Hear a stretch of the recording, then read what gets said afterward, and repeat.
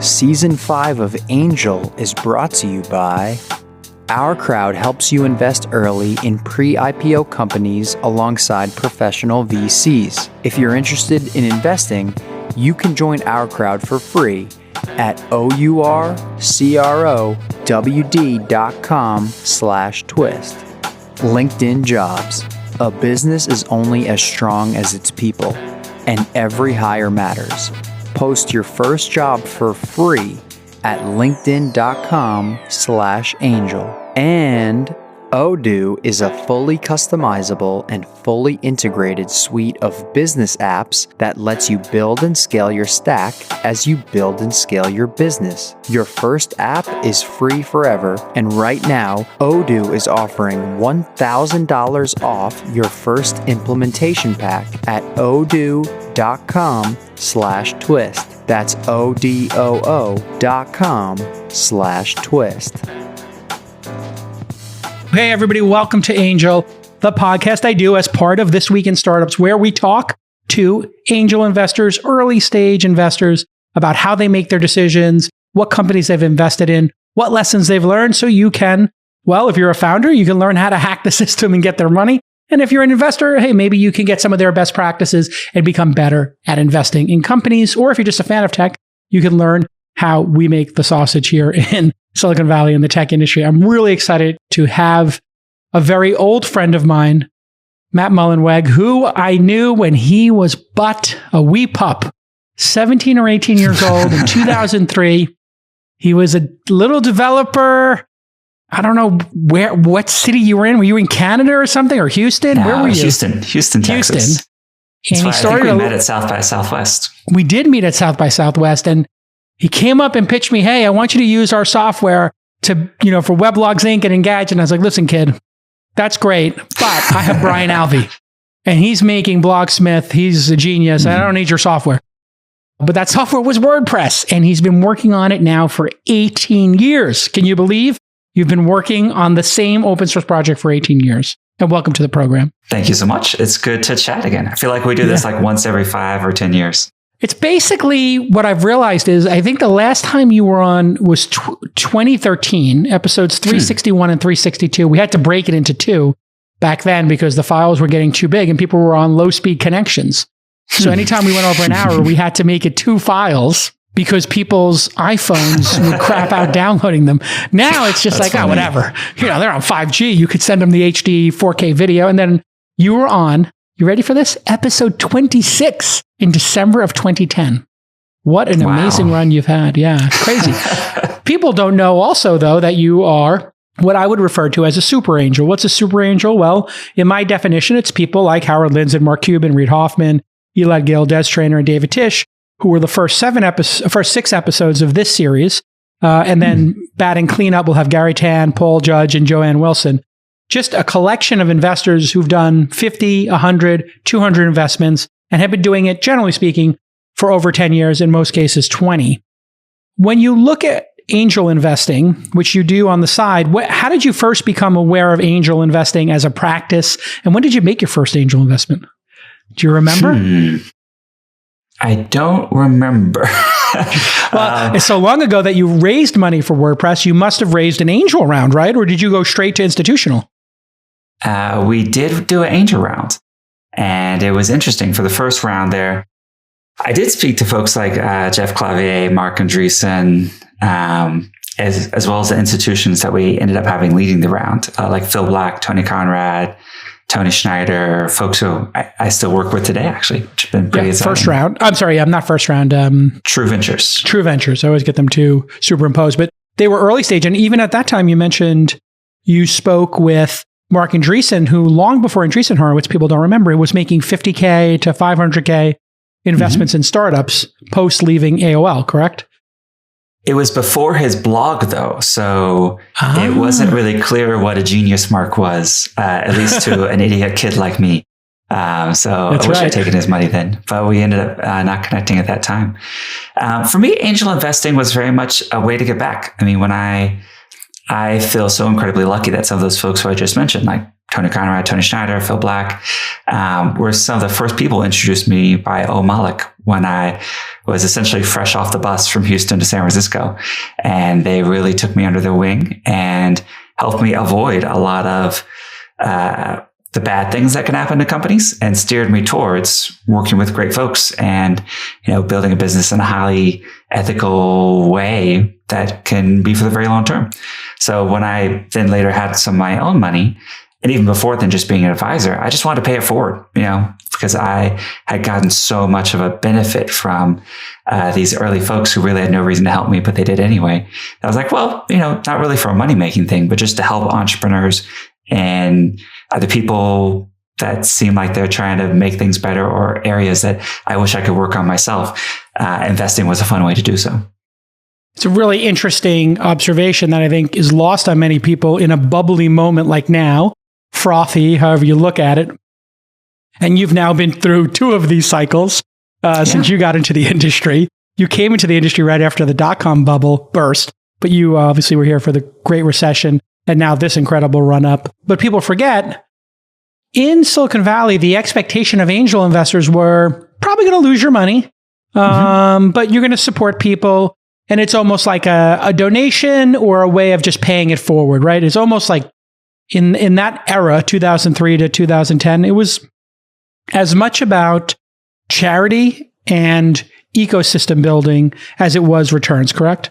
And I still think of it that way largely. Wow. We do make some larger. So today, again, my primary gig is I'm the CEO of a company called Automattic, which is about 1,400 people now.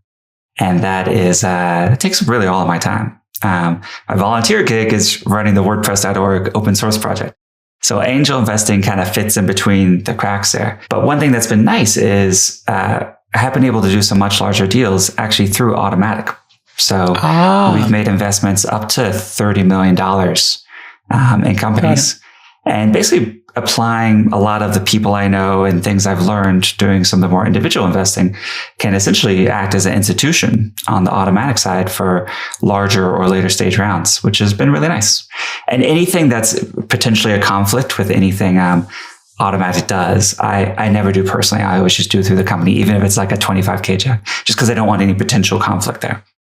And there can be conflicts because everybody pivots into everybody else's business, it seems, over time. I invested in one Clubhouse-like audio experience, and then one of my other companies pivoted into it. And so I was like, okay, well, now here we go again. Everybody pivoting into everybody else's business. Let's talk a little bit about Automattic while we have you here. I remember when I was at AOL, there were a bunch of people looking at maybe buying Automattic from across the entire industry. And that was in the 2006, 7, 8 range. You turned down all those offers. Here we are with all these companies going public. What is the state of Automattic? You've got all these employees, 1,400 of them. The company's worth a couple $2 billion from what I understand. And now we have all these SPACs. The company's obviously making tens of millions of dollars. What's the outcome here? You've been at it for 17 years. Is it going to be a private company forever? Or are you going to finally bite the bullet and do a SPAC? I mean, the SPAC people must be banging your door down. How many SPAC promoters call you a week? I got about 17 of them asking for an introduction in my inbox. I've spoken to a number, and the team is engaged with a lot more. A lot of the people involved with some of these SPACs are really, really high quality folks. So when you get like a Reid Hoffman, Mark Pincus, some of the names that come to mind are probably similar. So always good to talk to.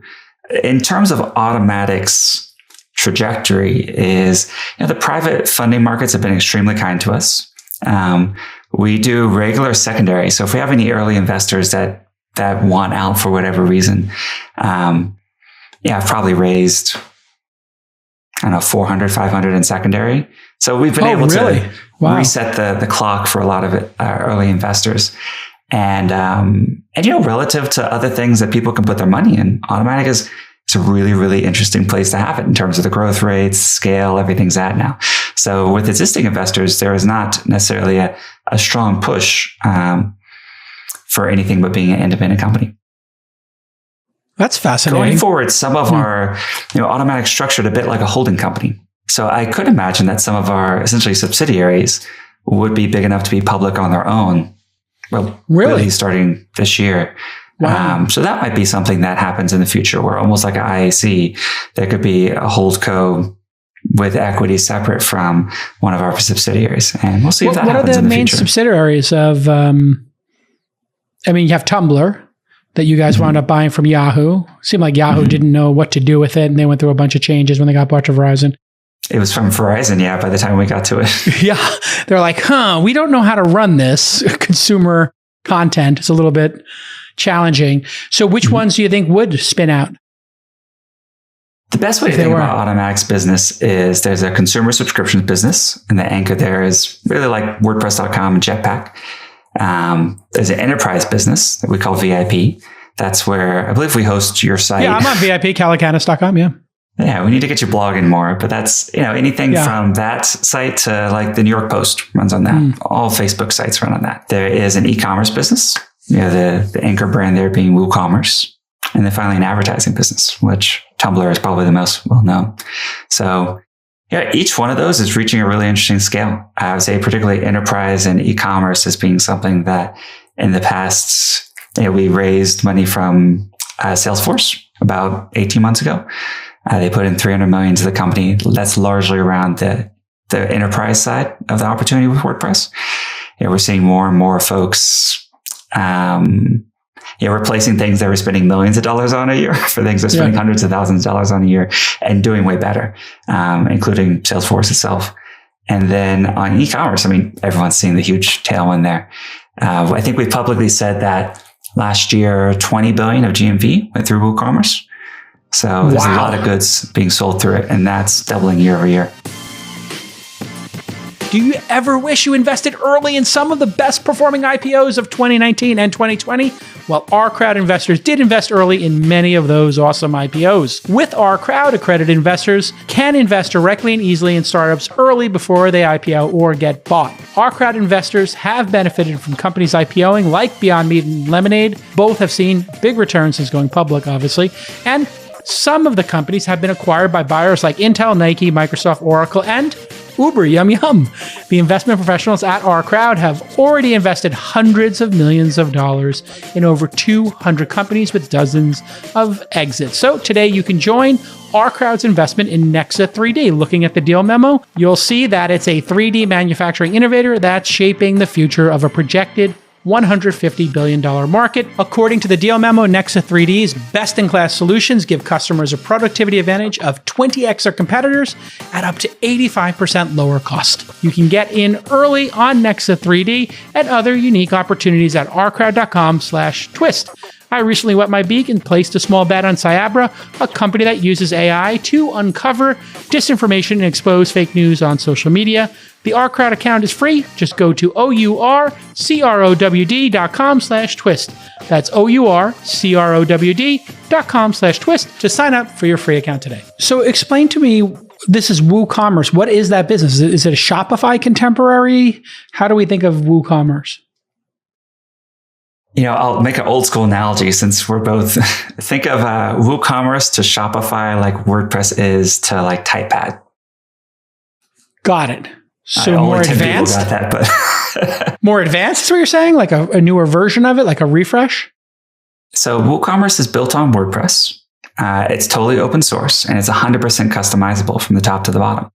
So versus a SaaS service like a Typepad or Shopify, you can control every line of code, every customer interaction, every pixel on the checkout page, every email everyone gets. You don't have to pay a tax if you want to use alternative payment providers like Affirm. So there's really complete control and flexibility. So, people, it doesn't mean you're not going to still list on a Etsy or an Amazon or something like that as a possible channel.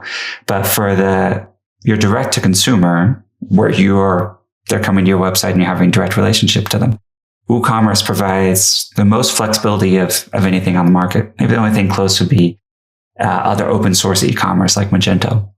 Got it. So that would definitely be a great spin out. But then you built all these things together. Why not take the whole thing out and go public with the whole thing? Too confusing? Yeah. Maybe that's a good option.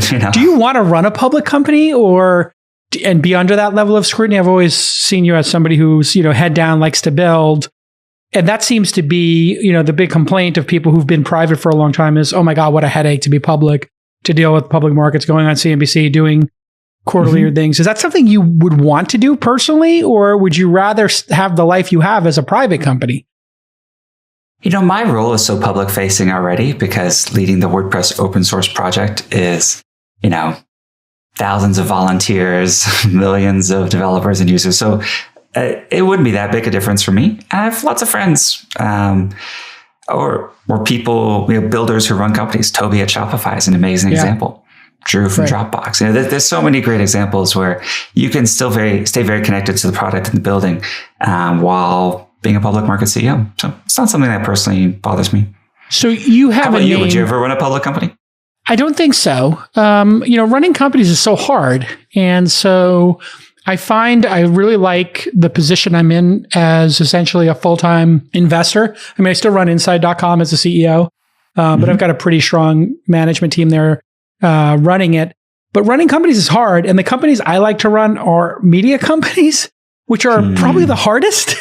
And so it's almost like, to be a media executive in today's environment is just like signing up for being the captain of like a ship that has to go around Cape Horn every day, at the bottom of South Africa. Like, it's just too hard. It's just like, it's like being an explorer or an astronaut or something like that. You're just, chances of death are almost certain and pain is certain. Media companies are just too hard. And I love media companies, but way too hard. Which probably means it's the best time to invest in them, right? Because the time when everyone's like, oh, media's done, it's not too hard, it's et cetera. It's, you're always ahead of the curve too. So the fact that you're doing it is probably a good sign. What I've done is I've basically swapped out journalists for researchers and hired analysts and researchers, because what I found was from the blogging days, journalists really took the craft of writing and being objective seriously. And then I think I was talking to one of the team members at Weblogs, and they were like, we caused this problem. And I was like, what do you mean? He's like, well, we did a lot of opinion stuff on blogging and Engadget and Autoblog and Joystick and all these things. And we added opinion. And then a lot of writers, especially a lot of young writers and next generation writers were like, well, I want to give my opinion. I don't want to just report on something. And so now you've got a generation where nobody wants to report on something. People want to either be like a Trump super fan or, a Bernie Sanders super fan, but they don't want to write a story down the middle about Biden or, or be objective about either side. They just want to pick a side. And so it's made it, I think, very hard to do the journalism that I love, which is objective reporting. And, you tell all sides of the story and try to get closer to the truth. Now it's advocacy. And that makes it hard, I think.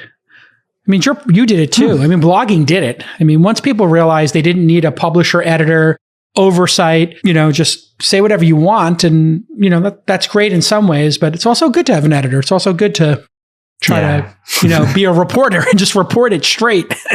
But that doesn't drive page views. I don't know how you feel about it. I haven't met a single writer or any of my own writing that hasn't been vastly improved by really great editing. There you have it, folks. And I see this sometimes when people go independent, like especially at the very beginning, it gets a little wonky, and then usually they get an editor though. It's not that you need an editor or it's a sign of weakness. It's that engaging your ideas with another human just improves them every single time. So that is a very important observation, which is talking to a human will help you clarify your ideas. And writing is a forcing function for having clarity of thinking, right? Like when you write something, you have to really examine your own thought process and your own logic, right? And it's great. Even Paul Graham essays at the bottom of every single one, he says, thanks for feedback on this from, and then he lists like 10 amazing people. Yeah. It's always like, okay, is that a humble brag, a dunk? But it's just the nature of his, I think it's the nature of the circle he runs in, having been there early. It's what I love about your All In podcast, that if you ever have guests on, I'd love to go on. Yes. Because you can see each person on that podcast making each other's thinking better in real time. And it's very unfiltered and candid. And it's actually probably one of my favorites right now. Oh my God. Thank you for saying that. It's really interesting. Like people are like, wow, I love your podcast. I'm like, oh, thanks. They're like, yeah, I just started listening to All In. I'm like, you ever listen to This Week in Startups? They're like, what's that? And I'm like, well, just did 1,200 episodes of that for the last 11 years, but okay. It's like being like, I was on some sitcom for 10 or 11 years, and then I'm on like Game of Thrones or something, or some like very high profile instead of the niche podcast. But podcasting is also a good way to do that when people build on each other's. Look, going back to your portfolio, what was, I'm looking at it right now, and it's very nice on your website. Audrey, as in Hepburn? Audrey.co. Audrey.co. It was, in fact, inspired by Audrey Hepburn. Really? Did you have a crush on her, or is there something specific about Audrey Hepburn? I think just, from a young age, just seeing some of those old movies and just loving both what she represented on screen, which is like a timeless elegance and grace, but also as I began to learn the story of her entire life. Really? She is someone who, in a time when celebrities, weren't as, I think, impactful as they try to be now, like really got involved with the United Nations and helping, lifting up, using her stature to lift up a ton of issues and people. And then just also lived her personal life in such a beautiful way. So I don't know, maybe I probably have an idealized version of Audrey Hepburn, but I couldn't think of someone better to be inspired by the namesake. 2021 is looking up. Tons of new beginnings, lots of hope. It's going to be a great year, and hopefully great opportunities for you to grow your business. But if you're going to grow your business, you're going to need incredibly talented people to do as a founder what maybe you're not great at or you don't have time to do anymore. You need to build your team. You're only going to be as successful as the team that builds your products, interfaces with your customers, and builds the culture of your company. And LinkedIn Jobs finds the right person quickly to fill your positions. And we are going to give you your first job posting free right now. You go to linkedin.com/angel. LinkedIn.com/ANGEL, Angel. Very easy to remember. Hiring is super important. I'm doing it here at launch. Just hired a second producer for This Week in Startups, hiring a community manager. We hired another support executive for the syndicate. We are booming over here. And we do all of this by going to LinkedIn Jobs. 722 million members worldwide, mean business. They keep their profiles up to date on LinkedIn for a reason. They're looking for opportunities, and you can post your job with all those great screening questions, and LinkedIn is going to get your role, that position, in front of the right people with the soft skills, the hard skills, and all the things you need. The thing I've been blown away with is the quality of the candidates. Very simple. LinkedIn.com/angel, LinkedIn.com/angel, and terms and conditions apply because they're giving you that free first job posting. Thank you, LinkedIn, for supporting the show. So when did you first hit something and you knew, wow, I hit something? What investment was the first one that you had a great return on, paper or otherwise, where you're like, wow, this could actually be a profitable thing for me to do in the world, not just donations? I'm looking at it here and I see Automattic 2005 Sphere. Oh my God, rest in peace. Sphere, semantic blog analysis. I remember WeGame. I happen to know that one. I was an investor in that one. Daily Burn, sold to IAC. Daily Burn was, I think, one, Tony Conrad had 2 exits in those first 10 investments, which was both Fear and About.me. He got really good at selling things to AOL. Yeah. And like you. Like me. Yeah, I sold 2 things to AOL as well. Yes. That kind of 2010, for me, 2010 was an interesting year. WakeMate, I think, was one of the first investments made on YC. Not YC. It was one of the first investments made through AngelList.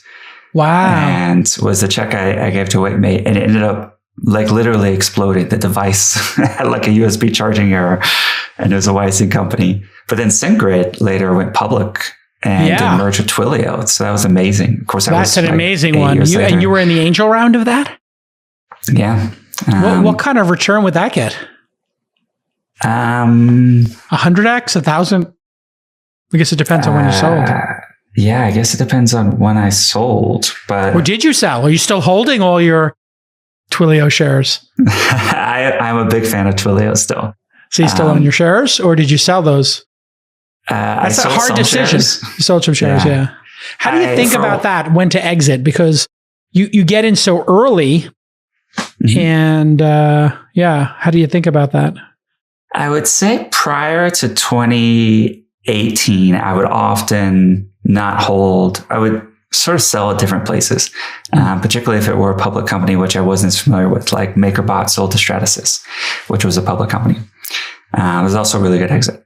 That was probably a 40 or 50x. SendGrid probably ended up being higher.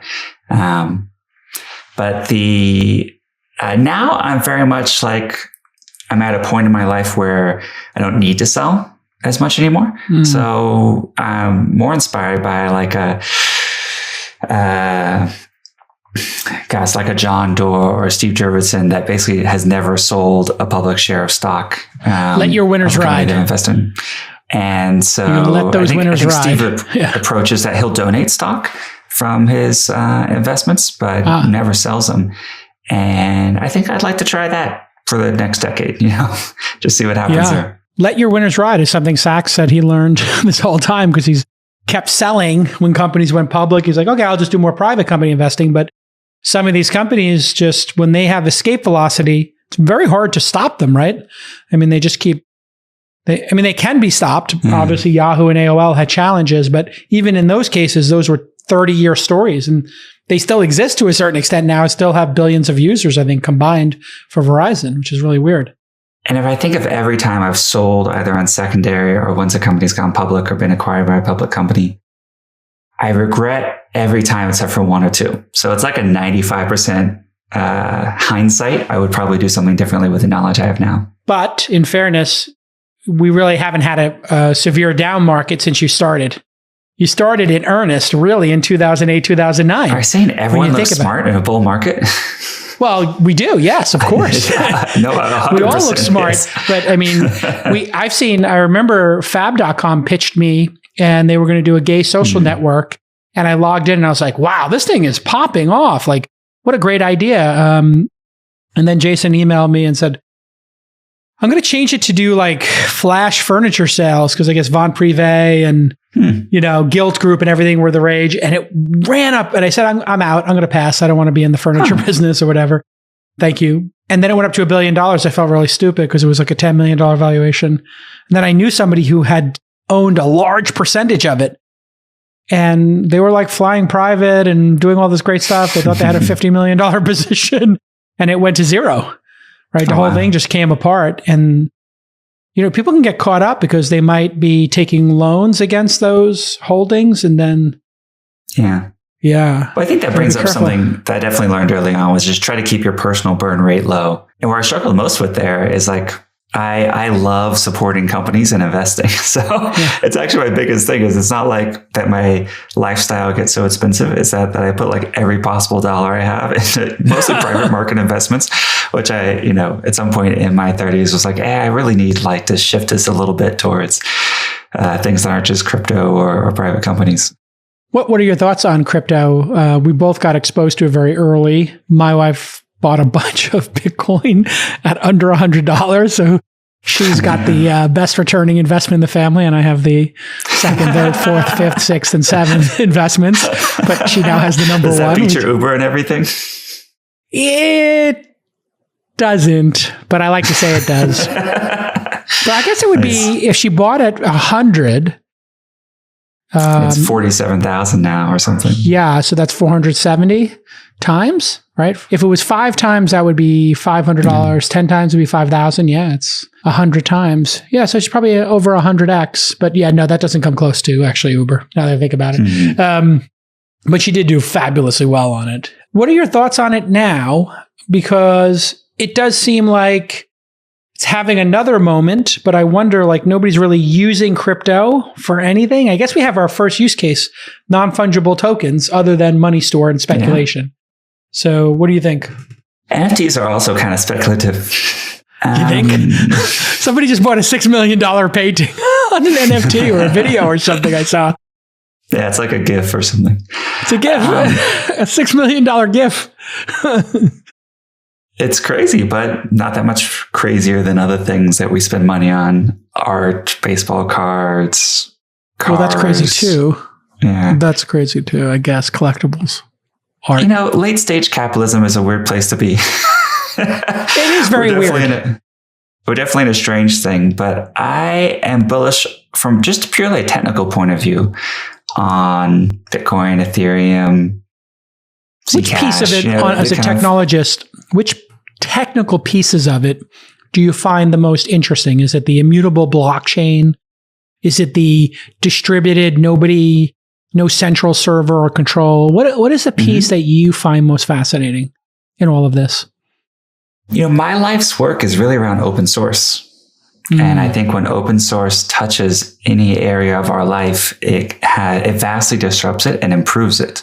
And that's been the story of WordPress or CMS. It's happening with WooCommerce and e-commerce, Wikipedia with encyclopedias, and I think Bitcoin with many parts of finance.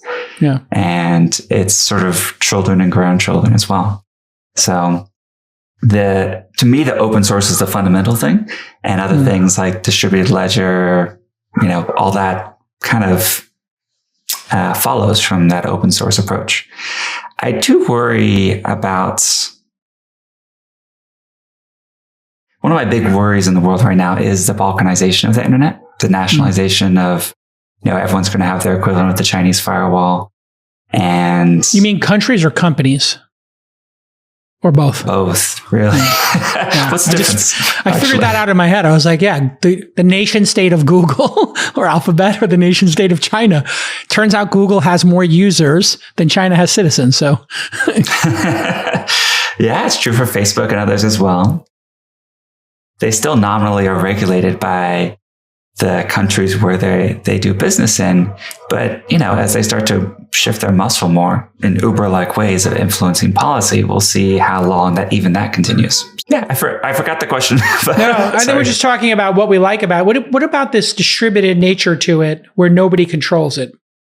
Is that plus and something minus? Plus and minus. What's the plus to it? What's the minus to it? The plus is that's how the internet should work. The minus is that bad actors can have 100-to-1 impact on messing up the system for others. So imagine like email and spammers, or any online service, including like the ones we run, and people trying to abuse it for search engine spam or things like that. And the fight against bots, most internet companies take a much more cavalier approach than we typically do with our properties, because it makes all the numbers look good. I would not be surprised if 20 or 30% of followers on Twitter are spam. But they totally are. So all of our number, and that compounds, of course, over time. So everything looks smaller on our properties, but we are really, really good at keeping spam out. It was actually the first service I launched was called a Kismet, and it was essentially a machine learning approach to anti-spam that we still run today, and is highly, highly, highly effective. But it does make some business metrics look worse than it would otherwise. So if you are running Facebook or Instagram or Twitter, and the public markets are obsessed about how many people use the service, you get to, if, I don't know, some spamming group in India decides they're going to run 10,000 accounts, you get 10,000 users counted. And it's not in your best interest to shut them down, because that might be, if you grew 1% this week, that could be 1% of your weekly growth. So why stop it? Also, what the spam bots are typically doing is engaging with real accounts in the way that incentivizes real users to be more engaged. So it feels good when you get the likes and the retweets and the everything. And the really good ones don't look like pernicious. Bots. Yeah. If you or I can tell it's a bot within 10 seconds of looking at it, it's not a good one. The really smart ones are using, generated faces. They have real links, real bios. They're retweeting things. They're probably starting to apply things like GPT-3 to create real sounding content. So, the good bots, you can't really tell without seeing the back end or other characteristics of their behavior on the network. As someone who's invested in over 250 startups and advised many more, I want to talk to you about a serious pain point that we see all the time, and that's reducing your burn.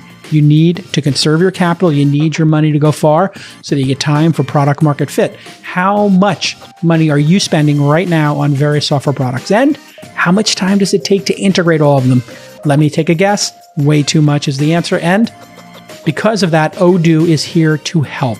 Odoo is a suite of business apps that run your company on one platform. If you're currently using a Frankenstack of individual software solutions that aren't talking to each other, then you're wasting time, energy, and money. Odoo streamlines your workflow by bringing all that information together. Your workday can be more productive because Odoo's integrations eliminate repetitive tasks and data entry. Plus, if you only need 2 or 3 apps to optimize your workflow, that's all you need to pay for. Odoo won't stick you with a bill for apps you don't use. Your first app is free forever, and right now Odoo is offering a $1,000 credit on your first implementation pack. That's no joke, $1,000 right now. All you have to do is go to odoo.com/twist. That's odoo.com/twist to get that $1,000 credit. How do you think this should be solved ultimately? Do you think we move to a system like in Korea where if you want to have an account, you have to put in your social security number and driver's license and be more authenticated? You have, I guess, Twitter is now, confirming phone numbers and email. So it's a little bit more friction. Mm-hmm. What are your thoughts? I hope not. Right? Yeah. I'm a big believer in pseudonymous speech, the importance of things that might be minority views today actually being on the right side of history. And it's happened so many times we can think of in the civil rights movement and other things. So protecting that space is really, really important. And balancing that with countering abuse is, I would say, the most difficult problem humanity is facing in general, whether that's through political realms, whether it's preventing, child abuse materials. Like, all of these problems are incredibly hard. And this is why I never pile on to any of the large social networks who struggle with this, including Facebook, et cetera, just because the bad actors are constantly changing their approaches. And so addressing the improper use of these tools is really, really, really, really difficult. Why hasn't anybody come up with a peer-to-peer version of publishing? And have you thought about creating that? So we have Bitcoin. Nobody can stop it. I mean, you could ban it. You could create laws against it, but you can't really stop it. It's too many servers out there. Same thing happened with BitTorrent. Just impossible to stop. I mean, you can make it illegal to use. You can prosecute people. Has anybody ever made a version of WordPress that is serverless and across, peers? And have you created that or thought about that? And then does that come with it too many problems for a corporation to engage in because it's uncontrollable? It's funny because the uncensorable part of Bitcoin was created to solve a problem that hasn't happened yet. Essentially, government's banning it, right. Which, I would also be fascinated to know the number of active users of Bitcoin that are not going through a Coinbase or equivalent.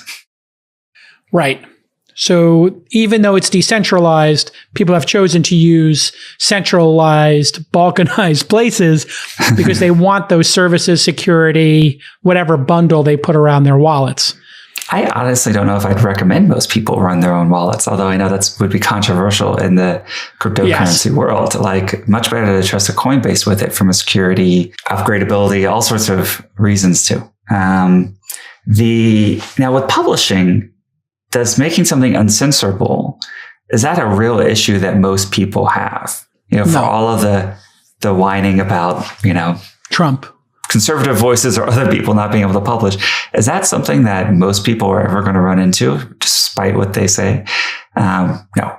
And in fact, the terms of service on almost everything is pretty broad, especially American-based companies. And when people make a big deal of something getting blocked, as actually a conservative site did recently on WordPress, they're typically doing it to raise money or gain, some other sort of form of support. It's not an actual censorship, like their voices are being silenced in a way that they won't be able to be heard. So you end up with, by and large, the strongest users of these systems being actors for whom their activity would be deemed illegal or not part of what's allowed. And some of that's on the right side of history, and some of it probably a free society operating with a social contract would say, yes, that is not allowed. Clearly, we would define as criminal activity. Yeah. And hate speech, which I guess some people feel is their right and other people feel is hate speech. And then there's gradients of you saying mean things and versus hate speech. And then you have to deal with this every day. When you have a conservative publication that you choose not to provide service to, in this case, you mentioned one of them, what do you think of the fact that when, I guess it was Parler, was basically, they weren't doing policing, and then even AWS, like the system level, was like, we don't even want to host your app. What did you think of that? Was that a moment where you thought, wow, this is kind of like they're being banned from the internet if they can't use this cloud service? Yeah, but they're back now, right? So I guess, did they find, I guess they found another host. They found another provider. So I typically believe that the closer you are to the wire, the more open, meaning like, are you like providing IP addresses or bandwidth or things like that? The more open you should take to like essentially defer what's allowed or not to society and the legal system. For us and most, people often conflate hate speech with calls to violence. And for us, you can actually say really, really terrible things on WordPress that myself and every other employee of the company would strongly disagree with. But unless you're calling like a call to violence type action, we're happy to let people publish dumb ideas and for people to respond to them and refute them. And, you know, the marketplace of ideas to work itself out there. And, but when it gets into calls of violence, I think we've seen with the Capitol insurrection and many other things, like how that can turn into something really, really nasty really quickly. And also how even the threat of that can silence speech very quickly, where, you know, how many times have we heard of a really gifted commentator or something getting weird threats or stalkers or other things online that essentially drive them from sharing their wisdom and their knowledge and their research with the world. Interesting. It doesn't take a lot of that to drive people away. Were you caught up in the Trump thing? Did he have servers on WordPress, and did you have to take him down? Because it did seem like if Trump was allowed to continue tweeting during that period of time, more people might have died because people were taking his fight like hell comments. I hate to make this political here, but that's just, he seemed to know exactly how to dance up along the line of like, well, I didn't actually tell them to murder anybody. I just told them to fight like hell.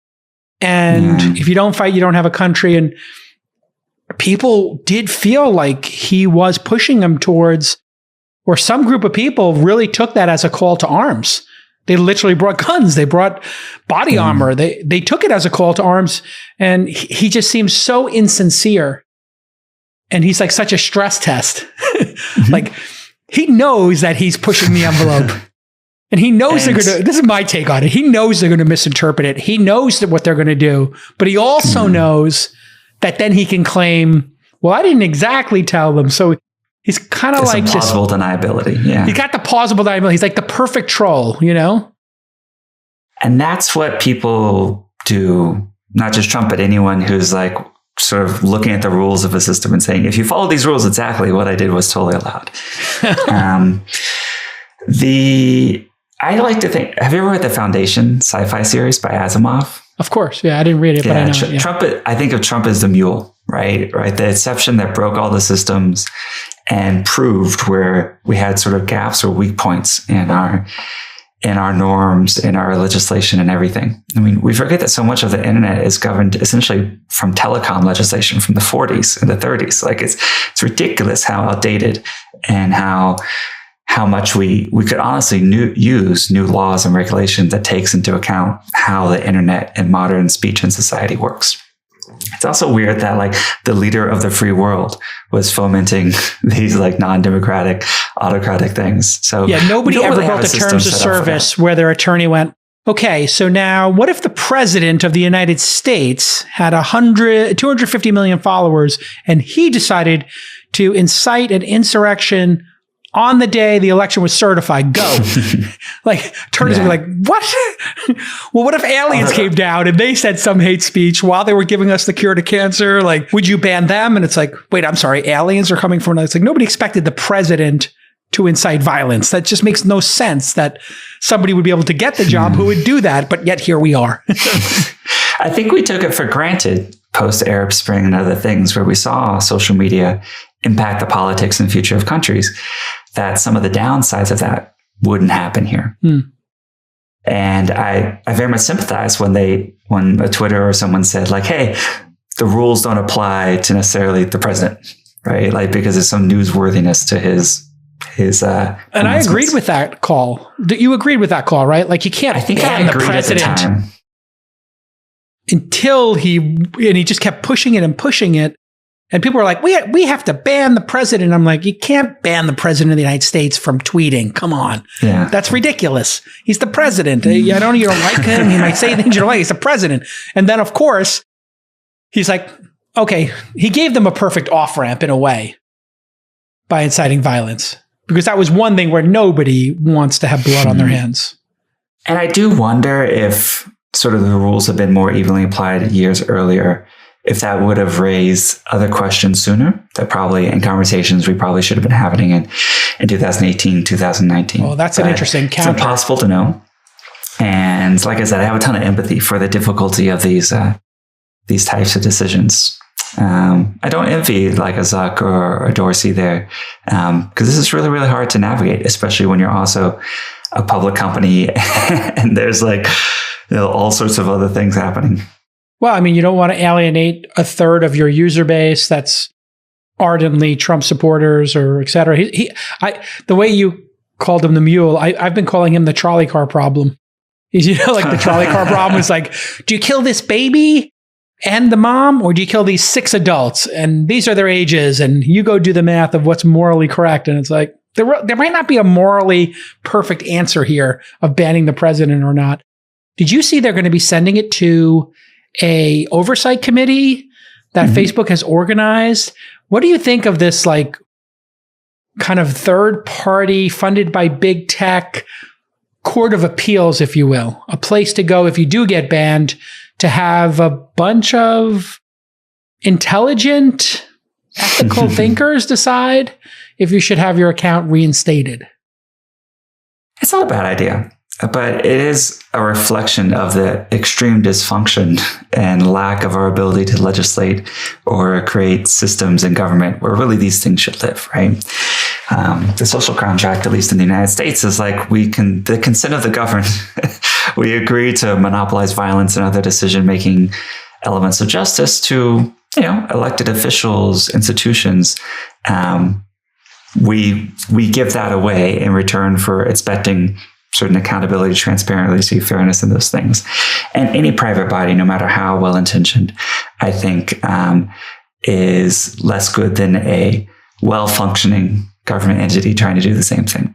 Now, many, including I think some of your co-hosts on All In, would disagree with the well-functioning part, or even the idea that something like that could be well-functioning.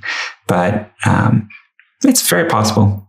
Let's talk a little bit about the pandemic. You pioneered work from home and remote work. I remember when you were scaling up Automattic, you had these like sort of co-working type spaces where all these employees could go if they wanted to, or they could work from home, and yourselves and 37 Signals and considered like odd companies for doing this. Then the pandemic comes around and 100% of people adopt it. And 100% of people say I would say almost 100% of people say they're more efficient taking out their commutes, et cetera. What do you think life looks like? We're taping this in month 12 of the pandemic, in fact, and we literally are, 2 weeks away from the 1-year anniversary of people going into shelter in place in most cities. What do you think the world's going to look like in 6 months when everybody's got their shots and are back to work in at least the United States and Europe? Yeah, the numbers aren't quite 100%. I think it's typically, but it's more than half. Generally, people prefer the flexibility of what they've experienced of working from home. I think that will go up once people are able to work from anywhere, right? So part of my favorite part about working in a distributed fashion in the past, and that's really how we built Automattic from the ground up, as you mentioned, was being able to work from Japan for a month or go to coffee shops, or, even just the idea that you're not forced for your social network to be your colleagues. You can, really build a robust social network of folks who you choose to connect with. And that could be around local sports or volunteer organizations or religious institutions or anything else that sort of gives you that sense of community, not just where you happen to work. So I'm very, very excited to see the post-lockdown world of what I call distributed work. It was weird for me because I just started the distributed.blog podcast, and I was planning to make this like my advocacy for the next 5 to 10 years. Right. And it's like everybody's like, no, we got it. We're in. We buy it. Yeah. It's actually made the podcast kind of tricky where now I'm like, okay, everyone's doing it. Here's how to do it well. Actually, my last guest was Jack Dorsey, who's sort of put a strong stake in the ground. Saying, tell me the name of this podcast. I wasn't even aware you were doing it. What's this podcast called? It's called The Distributed Podcast with Matt Mullenweg, and it's at distributed.blog. .blog is one of the TLDs. So how many have you done? And then what's the consensus when you talk to leaders about this? Like, how is their thinking changed? Because a company like Twitter made this incredible destination, and they spent enormous amount of time, money, cycles thinking about, hey, here's our mothership. Here's how we're going to have collisions. Then you have Apple building the literal mothership, and you have Benioff putting a giant, largest building. I'll just leave it at that. Put this way. City, Indianapolis, San Francisco. He's basically got a giant finger up to the sky that you can see from San Francisco Airport, SFO. It's kind of weird. What is the general thinking now from that group of people who absolutely did not buy into this? I'll tell you what I'm hearing privately in a synthesized give me the private. way. Yes. I think that, some of these companies have invested literally billions of dollars in real estate. Wow. Billions. And a very small percentage will, I think, triple down on that. Apple probably being one of them. And Google, really, maybe. Facebook. Google's, I think a larger, the thing in the middle will be some sort of hybrid where, to be honest, colleagues do want to see each other. And I can very much imagine this could actually be bullish where we work. More things like meetups, which has been a big part of our culture, where wherever the team is, they fly together for a week, work together, brainstorm, share meals, etc. And so office space that maybe previously was dedicated towards cubicles or places that people don't really want to be can now start to go to collaborative spaces or bring in users or hosting events or things like that. And I think that doesn't need to just be in the most expensive cities in the world like the San Franciscos and New York. Actually, the Birminghams and the, other countries and the, Whistler, Nashville, there's so many, Miami, Hawaii, there's so many great places you can go that when people can kind of go anywhere, are both cost effective and more fun to be in. So that's my expectation. It actually makes me incredibly bullish for all these companies that have the largest investments in real estate start to shift that either to the bottom line or towards investing in their employees in other ways. So that's interesting. So all that money and effort could be redeployed. So anybody working in these crazy facilities groups that were managing buses and commutes. I mean, I always felt this was the sign of something had gone perversely wrong in the Bay Area when you would get on the 280 or the 101 and you would see these giant luxury buses taking people from a city to the country, the suburbs. The suburbs, yeah. And it's like, wait a second, you're paying the most expensive rents in the world in San Francisco, like Hong Kong level rent, $4,000 for a 2-bedroom, $4,500 for a 2-bedroom, not a great one, by the way. And then taking a bus for an hour plus each way to Apple, Google, and Facebook. And you're getting paid. Once you get there, their campuses are so large that you're on video conference most of the day anyway, because you don't have time to get in between the buildings, in between meetings. I never even thought about that. So it's completely ridiculous. You're literally taking a video conference from your desk. So you're commuting for 10 hours a week to do video conferencing from your desk. Here's a mind-blowing statistic. 42% of the American workforce continues to work remotely, according to Upwork, and an estimated approximately 27% will still be working home through 2021. Yeah, this is the thing I'm hearing privately. Let's do a little private talk. This is what I'm hearing this way you and I don't have to say it, but I'm hearing there's a big fear in that it used to be, if you were really talented, sure, you could work from home if you could get a seat at 37 Signals or at Envision or at Automattic, but there really weren't that many choices, right, to work from home. Mm-hmm. And now these big companies are like, oh, wait a second. If Twitter and Jack is saying, you pick how you want to work, we just added a really good option. What if somebody is a just transcendently good sales executive or product manager, and now instead of going to Facebook or Google or Apple, they'll go to Twitter or Square because Jack is saying you can work from Nashville for half the year and Austin for a third of the year and Malibu for 10% of the year, whatever. We're not going to be able to compete for top employees.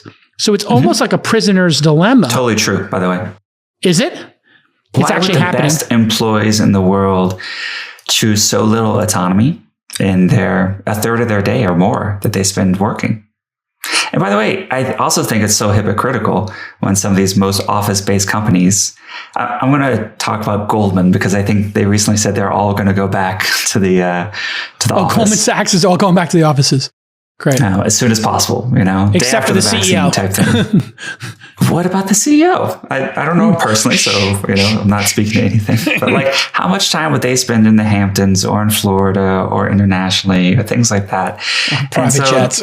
I really think it's going to come from all levels of the company. So I hear from top executives like, gosh, their lives are so much better and they're just as effective. And I'm hearing from the talent, the people actually doing the work, that hey, I'm going to take the job wherever it allows me to do this. So I think it's going to come from really every level of the company. The strongest resistance is coming from middle management. That's actually why I created the podcast, was to talk about the best practices. Because why does middle management find this so hard to deal with? Because it's different from what has made them successful their entire career. You could run a 20-person team, a 100-person team, a 500-person division in an in-person way. The CEO of Google, by the way, has been working this way forever. If you're running 10,000 people, or really above 1,000 people, you're already pretty distributed in the way you work. But for smaller, that kind of middle, that kind of 20 to 500, most business of the talent in the market has done this in person. So they know how to do a stand-up, they do a lunchy meeting, they do 3 meetings a day, and then all of a sudden, the meetings that they were setting up are happening in a Slack room, and they get resolved in a chat or on a Notion page or in a Slack group or after a quick Zoom or a quick audio only, Google Hangout or whatever. And it actually isn't the truth that maybe they're not needed. And that's the actual fear, is that maybe you don't need to have a GM of that group.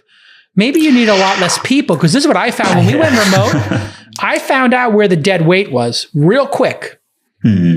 And I know a lot of other founders I've talked to, when they moved to remote, they just figured out all of a sudden who was productive and who wasn't. Because there were people in the office who were great culture in the office.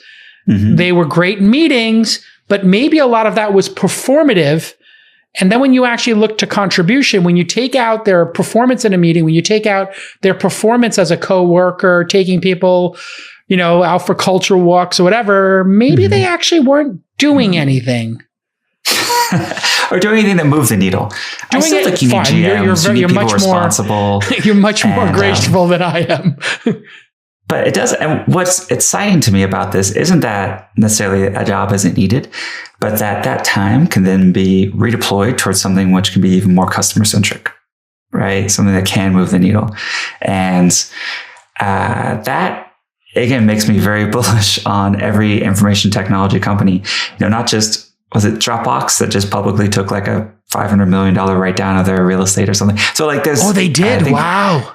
I think Pinterest paid $90 million to get out of their lease. Yep. So there's some big things happening. I'm getting the numbers wrong. So yeah, but you're directionally correct. There was a big kill fee for them. And then I just heard, in a news story that Uber might be not moving into their amazing new HQ, or not all of their HQ at the Staples Center. What do you think happens to San Francisco? You spent a lot of time here. You were here during the booms, and such a wonderful city and so many great memories. But let's face it, the Tim Ferrisses and, Chris Sacca's and, whatever era that we were all involved in the Bay Area is kind of over, is it not? And what do you think happens to this, once central part of the industry? That's a good question. I would argue that even prior to all of this, there was almost like a jet set version of where people were congregating. So maybe it was at one of your events, and then it was at the Slush Conference or Web Summit, or, there'd be kind of TED, there was kind of like a circuit, which was actually quite global, where regardless of where you were, you could connect with people. And that's honestly what I did, because I moved back to Houston in 2011. Most people didn't even realize, because they'd seen me at all this stuff. Yeah. Or I could sort of strategically pick the lobby conference or whatever it was to be at, to make those connections with folks without having to spend every day of my life in San Francisco, which wasn't the place that, for my family and other reasons, was the best place for me to be. Now that said, I love the Bay Area. I think it's one of the prettiest places on earth. Amazing. I think that, as the prices come down, it's actually a great place to be. And there is something to the density of just people passionate about the things that you and I are passionate about, building companies, etc. So I'm honestly, I feel like the market forces of the vast shift of, say, offices or headquarters or things out of the Bay Area will lower the prices, kind of what's happening in Manhattan already, enough that people will start to move back in, and it'll get interesting again. And hopefully that also brings in more artists back in, and more teachers back in, and more all the other things that creative restaurants, right? 20 years ago, if you wanted to start a restaurant in San Francisco, you could go down to the Mission or Potrero or just somewhere off the beaten path and open a little restaurant or some experimental space. In Manhattan, you used to be able to go to the Lower East Side and open some creative art space or do a gallery. And then that all ended because the real estate just got too expensive. And then this boom bust cycle could be great. I mean, whatever that Pinterest headquarters were, that's going to have to be, all these headquarters are going to be redeployed, I believe, into housing. And then people will start getting cheaper, right? I mean, what other choice they have? That could take a long time, but how cool is it to imagine, Salesforce Tower, instead of being 100% office space, if it was 20% office space, and then 80% the most amazing view apartments and things you could imagine. My understanding is repurposing and rezoning and all that is going to take longer. But, there are hundreds and hundreds of thousands of square feet, probably millions of square feet just in San Francisco alone that could be repurposed. And that to me is kind of neat.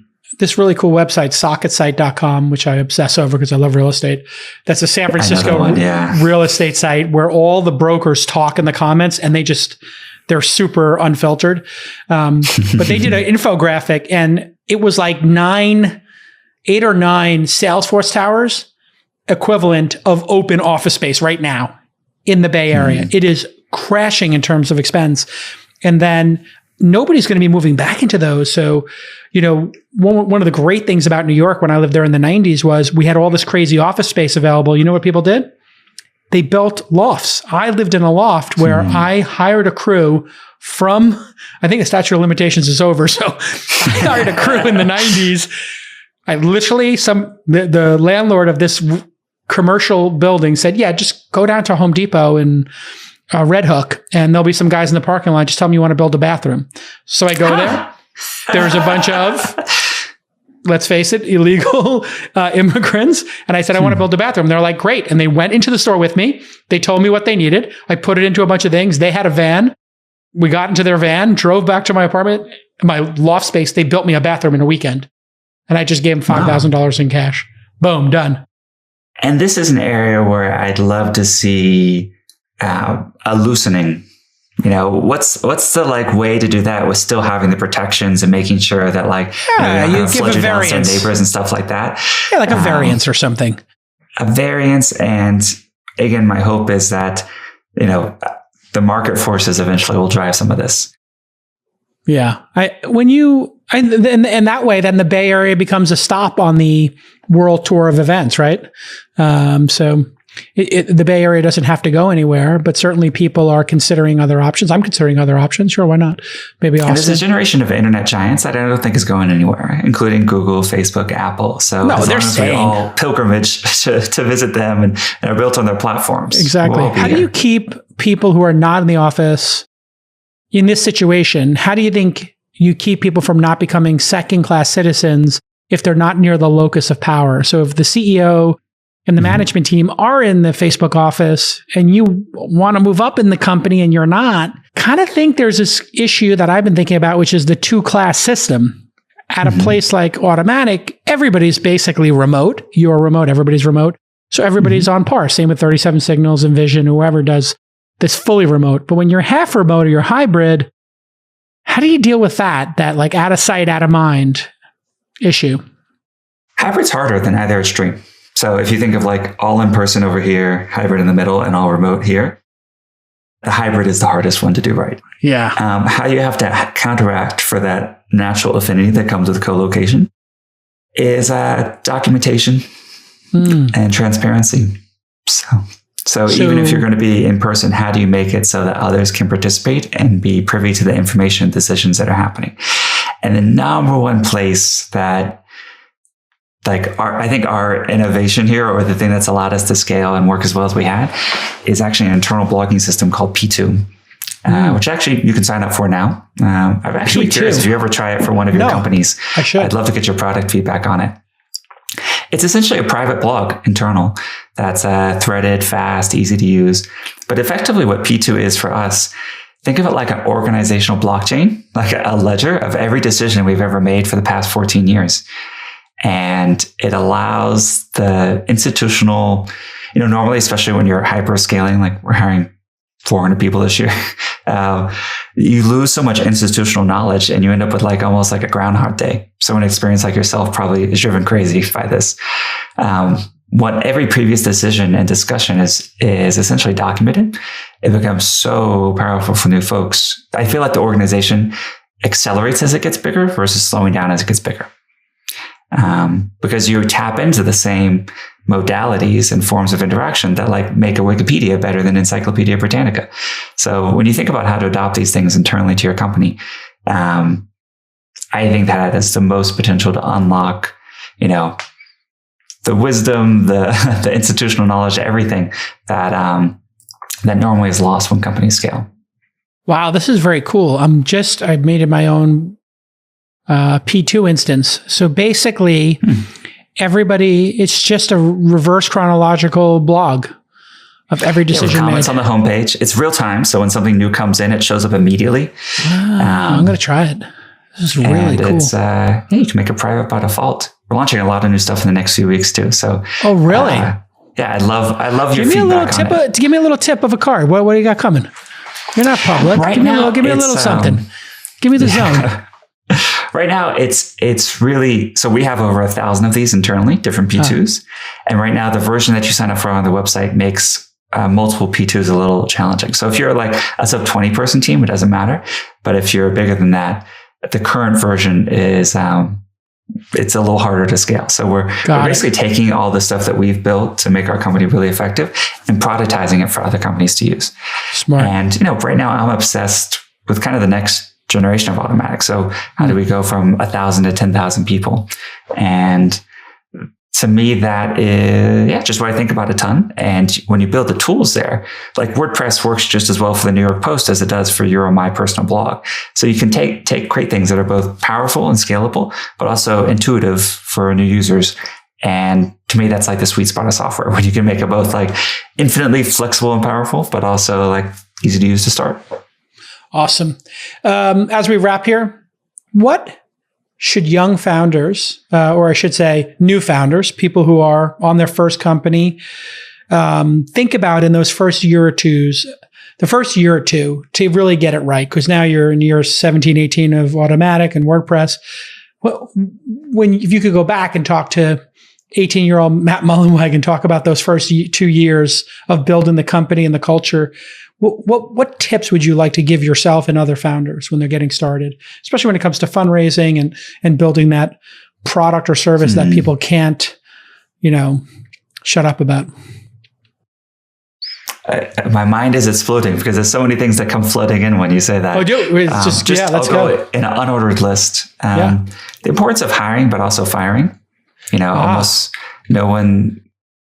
It's letting go of someone or managing someone out is the most painful thing, even at the scale of our company. But you almost never think you did it too early. Yeah, it's very seldom. Something else that came to mind is something I've heard you talk about very eloquently, which is, making a sustainable business. So once you start getting that revenue and even on the edge of profitability, time is on your side. Investors, like everything is on your side. Your default alive versus default dead, as Paul Graham might say. And that point, the sooner you can get there, the more options that you'll have with investors and really everything else. And I think a lot about, both early in the company, but also today, just the importance of principles. And to the extent that there's some things that I think transcend every single company, like work ethic, integrity, it's so important both to represent those yourself as a founder, but also to really not have any tolerance for lapses there elsewhere in the company. So for early founders, know that you're going to set the bar there. So if you are not impeccable with your word, if you're not on time for things, that is going to then become the culture and everyone's going to come in below that. So you really have to set a good example there. Yeah. Work ethic, super important. People are afraid to talk about work ethic, now. Like if you say you should hustle or work hard, I mean, if you're going to make it work for a company, you got to put in 50, 60, 70 hours a week. It can't be done 10 hours a week, 20 hours a week to build an at-scale company like Automattic. It has to be your obsession, right?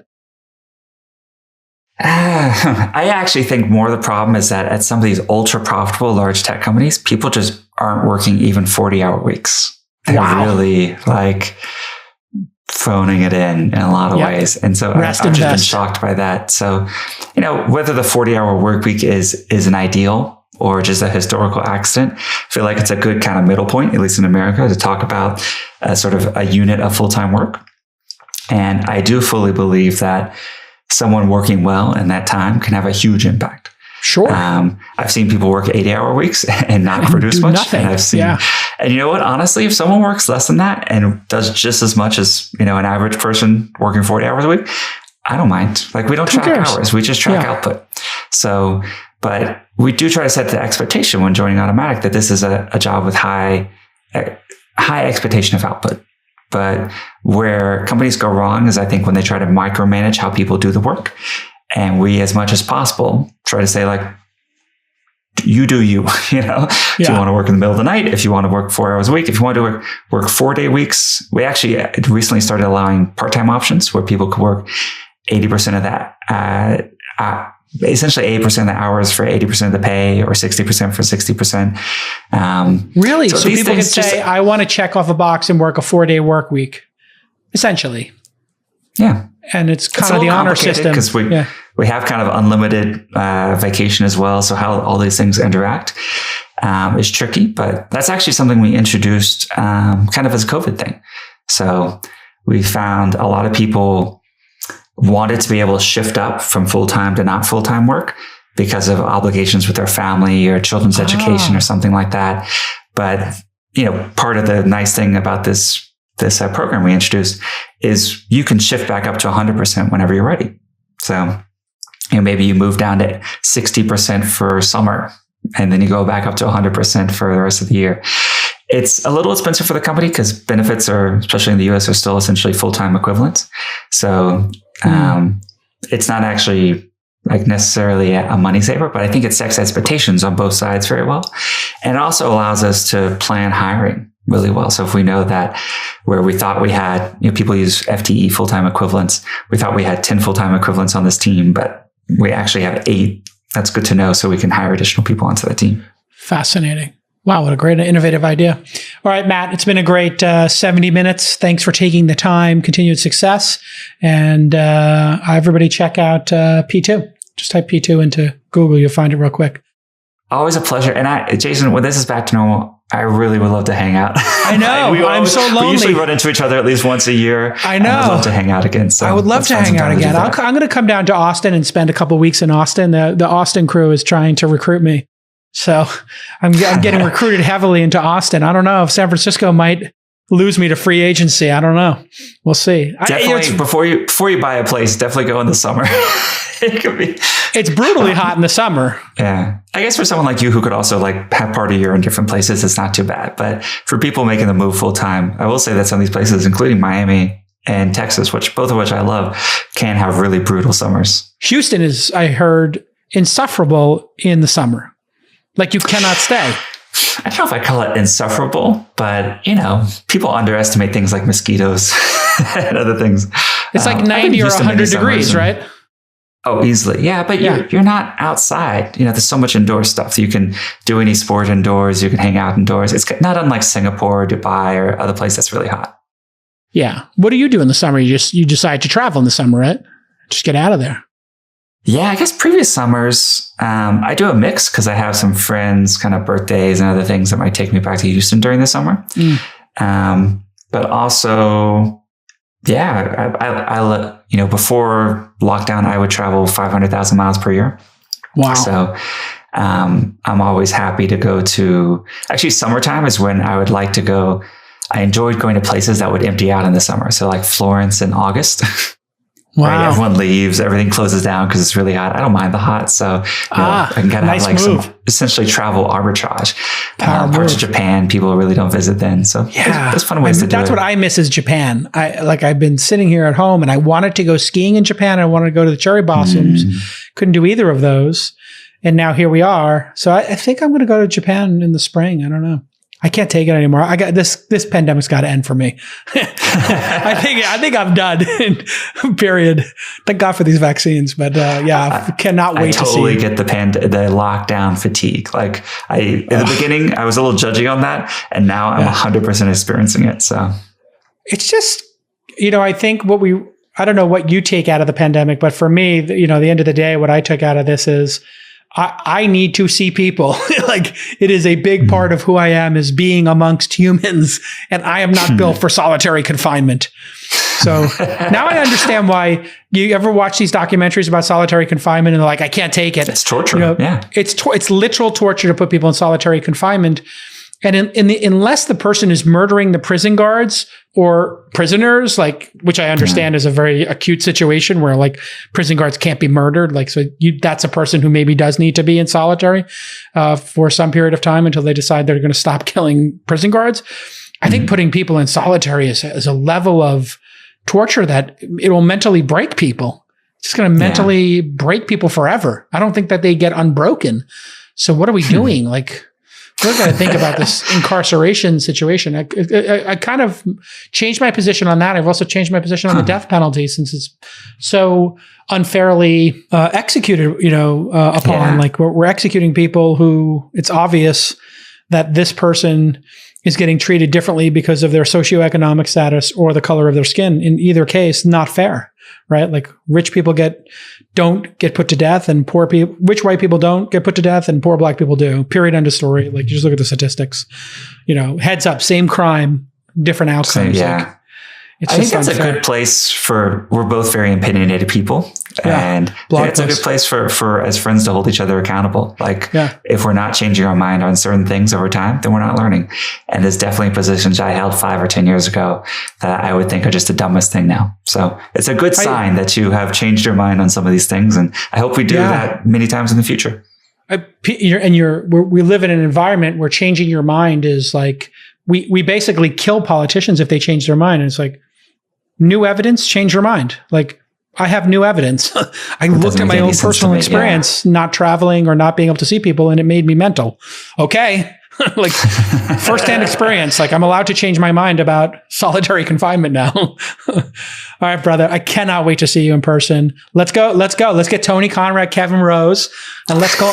Maybe I could sneak into one of these cool kids Japan trips. Have you gone on these cool kid Japan trips with Tony and Kevin Rose? I've been to Japan, but actually going with Kevin and Tony would be on my bucket list you as well. You haven't done it, right? No. Them? Let's do it. Here's what we do. You and I go, and then we invite them. I've seen Tony Conrad there, but I don't think I've seen Kevin there. But screw it. Yeah, you and I will go. We'll go as besties, and then we invite them. And we see if we get our bestie. We'll do a besties crossover. I'll get Sachs or Chamath or Freeberg to come. You get one or two of your True Ventures, Kiretsu, and we'll have like a crossover. I think what's tough is in Japan, or particularly, like it's hard. Some of the best places only have 4 or 5 seats. So it makes it tricky for group trips. Oh, right. Yeah, you'd have to do... Versus Italy or really any place else in the world. Right. So what we'd have to do is you'd be like, okay, tonight we're going to program sushi over here and tempura over here, but we're going to meet for karaoke over here. Boom. Yeah, that's smart. See, you're a planner. You already figured out how to go. I got it. And then you just randomly draw people's names from a list. But I have the great tip for you. I stayed at this hotel. Have you ever stayed at an Aman hotel? A-M-A-N? Aman? Yeah. And the one in Tokyo is pretty incredible. You've been to it. Okay. You're the first guest who's been to it. It is unbelievable. That to me was the best hotel I've ever stayed in my life. Like just gorgeous. Did you go to the pool at the Aman Hotel Tokyo? Yeah. The pool was unbelievable. It's really like incredible. On the 40th floor, there's a pool with 30-foot high windows looking out on the world. And you're just like, is this like some science fiction Blade Runner future that America's not aware of, but you can put a pool on the 40th floor of a building with a view of the entire city? Or that's my other head trip about Japan, is all the great restaurants are on the top floor. And in America, we're like, oh, the top floor, sell that to a rich Russian person or Chinese person who's never going to go there. And we'll just have the top floor be empty. And then everybody else is like, no, the top floor should have 8 restaurants and you should get off at a rotunda and you walk around and pick one of the 8 restaurants with the incredible views. It's like, oh, so everybody gets to enjoy it. In the US, usually the view is inversely correlated with the quality of the food, I find. Correct. You know, the tourist places. Where in Japan, they seem to just do some really good stuff everywhere. But have you been to the Aman in Utah? Amangani? I haven't been to Amangiri. Amangiri I haven't been to. That's the one I hear is the best one in the world. I don't know. And they're open. So if you're looking for like really? That makes sense. Yeah, maybe I need to make a little trip. All right, I got to bounce. I got to do another podcast. Matt, I could talk to you for hours. We miss each other. This has been great. I hope for those of you who listened in, this was great as well. But this is basically an excuse for Matt and I to get together. If people want you to invest in their company, you invest. And so figure it out. You have a category you love right now? Oh, anything related to open source. Honestly, okay, there you go, folks. I'm a sucker for any company in the open source space. I have to talk to you about this because, there's a big movement right now with this audio, casual audio, like Clubhouse and Twitter Spaces. And there's 3 open source projects. And I'm meeting with all 3.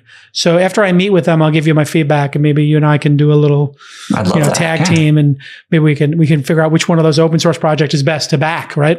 Because there needs to be many options here. The companies where we overlap are really good ones. So we should probably try to do that more. I know Chartbeat we're in together. Calm.com did well for you, huh? Is that your biggest win? We'll see. I think their story is not yet finished, obviously. Incredible company. All right, brother. We'll talk soon. Cheers.